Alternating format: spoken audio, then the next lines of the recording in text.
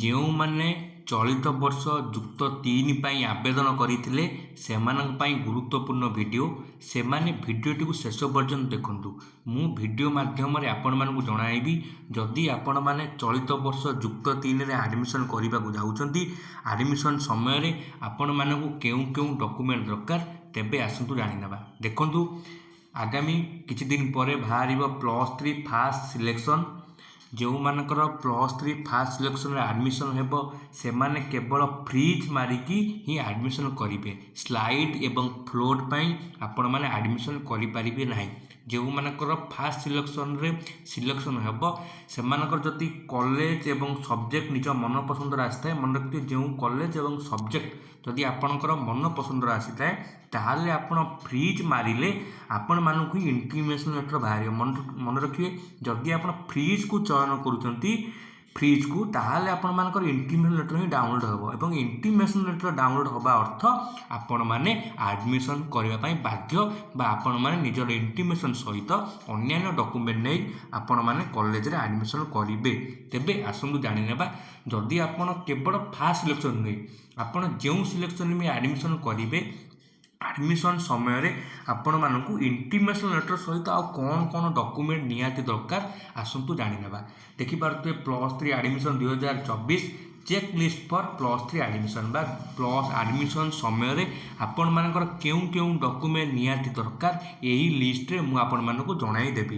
ଦେଖିପାରୁଥିବେ ଫାର୍ଷ୍ଟ ଆପଣଙ୍କର ଦରକାର ଅରିଜିନାଲ୍ +2 ସାର୍ଟିଫିକେଟ୍ ଏବଂ ମାର୍କସିଟ୍। ଦେଖନ୍ତୁ, ଆପଣମାନଙ୍କର ଯୁକ୍ତ 2ର ସାର୍ଟିଫିକେଟ୍ ଏବଂ ମାର୍କସିଟ୍ ଆଡ଼ମିସନ୍ ବେଳେ ନିହାତି ଦରକାର। ଅରିଜିନାଲ୍ ସବୁବେଳେ ପାଖରେ ରଖିଥିବେ।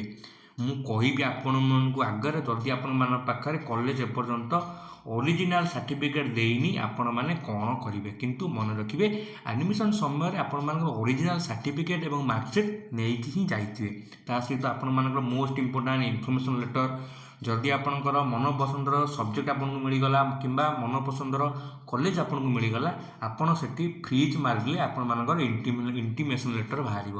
ଆପଣ ଯଦି ଫ୍ରିଜ୍ ବାହାରୁଛନ୍ତି ତାହେଲେ ଆପଣଙ୍କର ଇଣ୍ଟିମେସନ୍ ଲେଟର୍ ବାହାରିବ ଏବଂ ସେଇ ଇଣ୍ଟିମେସନ୍ ଲେଟର୍କୁ ପ୍ରିଣ୍ଟ ଆଉଟ୍ କାଢ଼ିଦେବେ ଏବଂ ପ୍ରିଣ୍ଟ ଆଉଟ୍ କାଢ଼ି ଆପଣମାନଙ୍କ ସାଙ୍ଗରେ ତାହାକୁ ନେଇକି ଆସିଥିବେ, ଯାହାକି ଆଡ଼ମିସନ୍ ବେଳେ ନିହାତି ଦରକାର।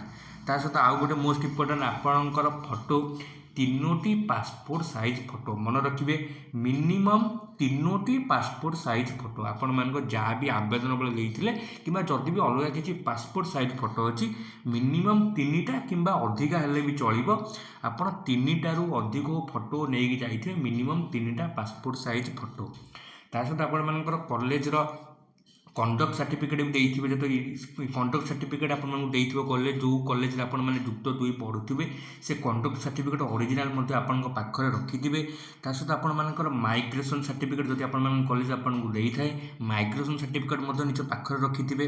ତା ସହିତ ଆପଣଙ୍କର ଲିଭିଂ ସାର୍ଟିଫିକେଟ୍ ମୋଷ୍ଟ ଇମ୍ପୋର୍ଟାଣ୍ଟ, ମନେ ରଖିବେ ଆପଣଙ୍କର CLC ବା କଲେଜ ଲିଭିଂ ସାର୍ଟିଫିକେଟ୍ ବିନା କେଉଁ କଲେଜ ବି ଆପଣମାନଙ୍କୁ ଆଡ଼ମିସନ୍ କରାଇ ଦେବ ନାହିଁ ଏବଂ କଲେଜ ତା ପାଖରେ CLC ହିଁ ଆପଣଙ୍କ ପାଖରୁ ଅରିଜିନାଲ୍ ସେ ନେଇଯିବ। ମନେ ରଖିବେ, ଯଦି ଆପଣମାନଙ୍କ ପାଖରେ CLC ବା କଲେଜ ଲିଭିଂ ସାର୍ଟିଫିକେଟ୍ ନାହିଁ, ଆପଣ ଯୁକ୍ତ 3ରେ ଆଡ଼ମିସନ୍ ନେଇପାରିବେ ନାହିଁ। ଏହି ସାର୍ଟିଫିକେଟ୍ ହେଉଛି ମୋଷ୍ଟ ଇମ୍ପୋର୍ଟାଣ୍ଟ, ଆପଣ ଯତ୍ନ ରଖନ୍ତୁ। ଯଦି ଆପଣ ଯୁକ୍ତ 2 କଲେଜରୁ ପାଇସାରିଛନ୍ତି, ତାକୁ ଯେଉଁ ଜାଗାରେ ଆପଣ ବି ଆଡ଼ମିସନ୍ ନେବେ ଆପଣମାନଙ୍କ ପାଖରୁ କଲେଜ ଏଇଟା ଅରିଜିନାଲି ଗ୍ରହଣ କରିବ। ତେଣୁ CLC ମୋଷ୍ଟ ଇମ୍ପୋର୍ଟାଣ୍ଟ ମନେ ରଖିଥିବେ ଆପଣଙ୍କର। ତା ସହିତ ଆପଣମାନଙ୍କର 10ମ ଶ୍ରେଣୀର ସାର୍ଟିଫିକେଟ୍ ପାଖରେ ରଖିଥିବେ, କାରଣ ଆପଣମାନଙ୍କର ଡେଟ୍ ଅଫ୍ ବାର୍ଥ ଚେକ୍ କରିବା ପାଇଁ ଆପଣମାନଙ୍କର HSC ସାର୍ଟିଫିକେଟ୍ ଦେଖାଯାଏ। ଆପଣ ଆବେଦନ ବେଳେ ଯାହା ବି ଆପଣ 10ମ ଶ୍ରେଣୀ ସାର୍ଟିଫିକେଟ୍ରେ ଡେଟ୍ ଅଫ୍ ବାର୍ଥ ଯାହା ଦେଇଥିଲେ ଆପଣ ଯଦି ଦେଇଛନ୍ତି, ତାହାକୁ ଆପଣମାନଙ୍କର ଚେକ୍ କରିବା ପାଇଁ 10ମ ଶ୍ରେଣୀ ସାର୍ଟିଫିକେଟ୍ ଦରକାର। ତା ସହିତ ଆପଣମାନଙ୍କର ଦରକାର ରିଜର୍ଭେସନ୍ ସାର୍ଟିଫିକେଟ୍। ରିଜର୍ଭେସନ୍ ସାର୍ଟିଫିକେଟ୍ ଅର୍ଥ ଆପଣ ସପୋଜ୍ SC କିମ୍ବା ST କାଟାଗୋରୀରେ ବିଲଙ୍ଗ କରୁଛନ୍ତି, ଯେଉଁଥିରେ ଆପଣଙ୍କର ରିଜର୍ଭେସନ୍ ଅଛି, କିମ୍ବା ଆପଣ PWD କାଟାଗୋରୀରୁ ବିଲଙ୍ଗ କରୁଛନ୍ତି, ଭିନ୍ନକ୍ଷମ, ଯେଉଁଥିରେ ଆପଣ ରିଜର୍ଭେସନ୍ ଅଛି, ତାହେଲେ ଆପଣମାନଙ୍କୁ ପ୍ରମାଣ ଦେବା ପାଇଁ ପଡ଼ିବ। ଆଡ଼ମିସନ୍ ସମୟରେ ଯଦି ଆପଣ କୌଣସି ଏକ ରିଜର୍ଭେସନ୍ କାଟାଗୋରୀ ବିଲଙ୍ଗ କରୁଥାନ୍ତି, ଆପଣମାନଙ୍କୁ ନିଜ ରିଜର୍ଭେସନ୍ ସାର୍ଟିଫିକେଟ୍ ପ୍ରମାଣ ଦେବା ପାଇଁ ପଡ଼ିବ।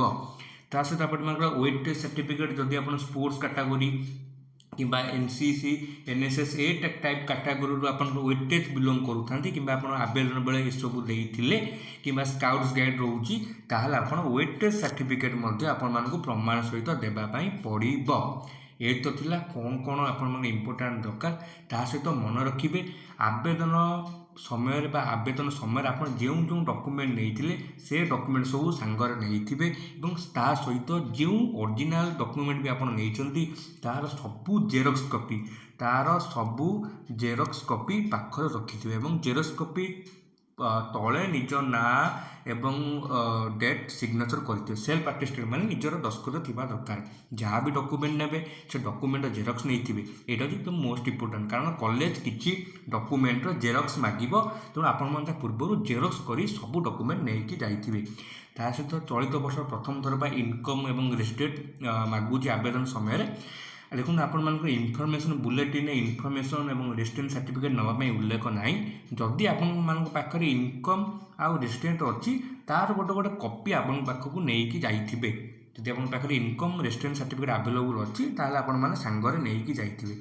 प्रथम आपड़ी जदि आपण प्लस टू ओरिजिनल एवं सर्टिफिकेट और मार्कसीट ना तेज एडमिशन समय कौन करेंगे मुझे जनइबी तेज आसतु जाणीने देखो ये मेंशन अच्छी नोट लास्ट पॉइंट मेंशन अच्छी देखिपे the certificate downloaded from DigiLocker shall be accepted during the period of admission but the applicant will have to produce the original certificate after getting this from respective boards for verification by college authority. देखो जदि आपण पाखे original certificate ना आप कौन करेंगे DigiLocker certificate भी आपण मैंने देखई पारे आपण पाखे जदि डिजिलॉकर मोबाइल आप इंस्टॉल करदे और निज रोल नंबर और डेट ऑफ बर्थ दे निजर सर्टिफिकेट डिजिलॉकर डाउनलोड करदे जदि आपण पाखे ओरिजिनल सर्टिफिकेट न थाए आपड़ से सर्टिफिकेट को देखाई कॉलेज रे एडमिशन नहीं पारे जदि पर जदि आप ओरिजिनल सर्टिफिकेट कॉलेज रे मिल जाऊँगी से कॉलेज पर आनी आपण एडमिशन सेक्शन देखाई वेरिफिकेशन कराने